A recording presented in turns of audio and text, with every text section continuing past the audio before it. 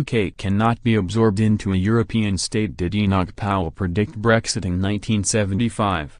The common market would later to evolve into the European Union, but only after Mr Powell warned that the market's principles renounce national status for Britain as a European superstate is created.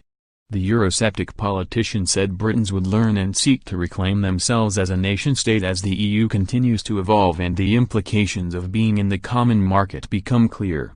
In an earlier debate on the European Communities Bill in 1972, Mr Powell explained the real purpose of the project was to create a political government for Europe.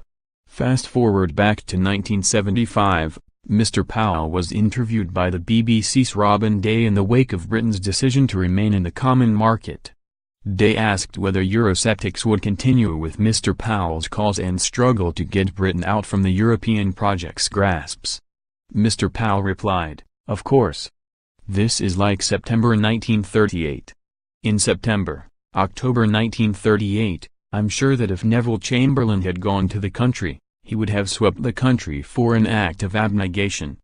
But the very same people, within 12 months, when they saw behind the facade, when they penetrated to their realities, stood up to fight for the continued existence of our nation, and that's what will happen. Let's have our 1939 first, when we decide we have to fight."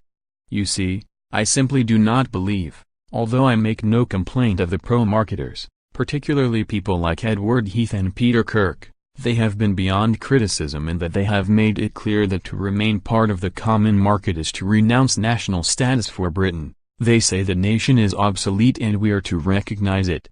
The exchange continued, with Mr Powell insisted he is convinced that the people of this country cannot be absorbed into a European state. He concluded, "The British people do not mean it because they have still not been able to credit the implications of being in the common market. They still think they will be a nation. They still think they will govern and tax and legislate for themselves. They are mistaken. It's not the fault of the pro-marketers that they are mistaken, but it is the thing, so incredible to them, that I am not inclined to blame them overmuch, but they will learn."